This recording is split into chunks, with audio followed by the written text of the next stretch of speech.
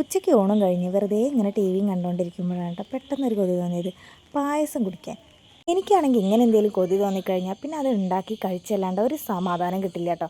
അപ്പോൾ നേരെ അടുക്കളയിലേക്ക് വെച്ച് പിടിച്ചിട്ടുണ്ട്. അവിടെ എത്തി നോക്കിയപ്പോൾ നല്ല ഗോതമ്പും ശർക്കരയും ഒക്കെ ഇരിക്കുന്നുണ്ട്. പിന്നെ എന്ത് വേണം, എന്നാൽ പിന്നെ ഒരു ഗോതമ്പ് പായസം ആയിക്കോട്ടെ എന്ന് വിചാരിച്ചു കേട്ടോ.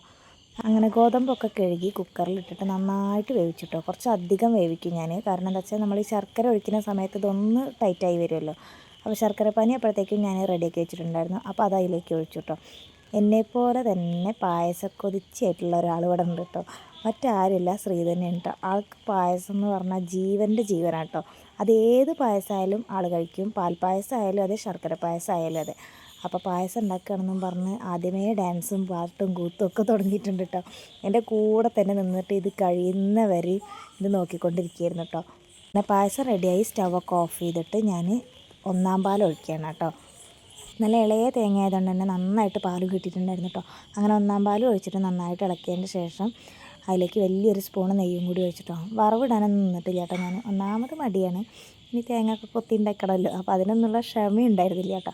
അപ്പോൾ ആദ്യം തന്നെ ഒരു പ്ലേറ്റ് ചൂടാറാൻ വെച്ചിട്ട് ശ്രീധുവിന് ഒരു ഗ്ലാസ് കൊടുത്തു. ആൾക്ക് ഭയങ്കര ഇഷ്ടമായി കേട്ടോ. ആൾ പായസം എന്ന് കേട്ടാൽ മതി അവിടെ വീണ് പോകും, അങ്ങനത്തെ ആളാട്ടോ. എത്ര കിട്ടിയാലും കുടിക്കുക, അത്രയും ഇഷ്ടമാണ്. അങ്ങനെ ഞങ്ങളെല്ലാവരും പായസമൊക്കെ കുടിച്ചു. രാത്രി ആയപ്പോഴത്തേക്കും സ്കൂളിലെ ക്രാഫ്റ്റ് വർക്ക് ചെയ്യാണ്ടായിരുന്നു കേട്ടോ. അപ്പോൾ ഒരു ഇലയാണ് എൻ്റെ ലക്ഷ്യം. പച്ച ഷീറ്റ് ഉണ്ടെങ്കിൽ അതിൽ നിന്ന് വെട്ടിയെടുക്കാനാണ് കേട്ടോ പറഞ്ഞിരുന്നത്. അപ്പോൾ അത് ഇവിടെ ഇല്ലാത്തതുകൊണ്ട് ഞാനൊരു A4 ഷീറ്റിൽ വെട്ടിയെടുത്തിട്ട് കളർ കൊടുക്കുകയാണ് കേട്ടോ ചെയ്തത്. ടിഷ്യൂ പേപ്പർ വെച്ചിട്ടാണ് കേട്ടോ ഈ പുഴുവിനെ ഉണ്ടാക്കിയിട്ടുള്ളത്. അതിൻ്റെ ഒന്നും ഡീറ്റെയിൽ ആയിട്ടുള്ള വീഡിയോ ഒന്നും ഞാൻ എടുത്തിട്ടില്ല കേട്ടോ. കാരണം ഞാൻ തന്നെ ഇത് ഇടയ്ക്കിടയ്ക്ക് യൂട്യൂബിലൊക്കെ സെർച്ച് ചെയ്തിട്ട് ഉണ്ടാക്കിക്കൊണ്ടിരിക്കുകയാണ് കേട്ടോ. അങ്ങനെ ഇലയും പുഴുവിനും ഒക്കെ റെഡിയാക്കിയിട്ടുണ്ടെങ്കിൽ ഇതൊക്കെ ഒന്ന് അറേഞ്ച് ചെയ്യാന്നുള്ളൊരു പണിയും കൂടി ഉണ്ട് കേട്ടോ. UKG പഠിക്കുന്ന സമയത്ത് ഇങ്ങനത്തെ യാതൊരു പ്രശ്നങ്ങളും ഉണ്ടായിരുന്നില്ല കേട്ടോ. ആൾ 1ാം ക്ലാസ്സിലെത്തിയ പിന്നെയാണ് ഇങ്ങനത്തെ ഓരോരോ ക്രാഫ്റ്റ് വർക്കും കാര്യങ്ങളൊക്കെ ചെയ്യാൻ തുടങ്ങിയത്. ഇത് എനിക്കും ഒരു രസമാണ് സത്യം പറഞ്ഞാൽ. അപ്പോൾ ഇന്നത്തെ വീഡിയോ ഇത്രയേ ഉള്ളൂ.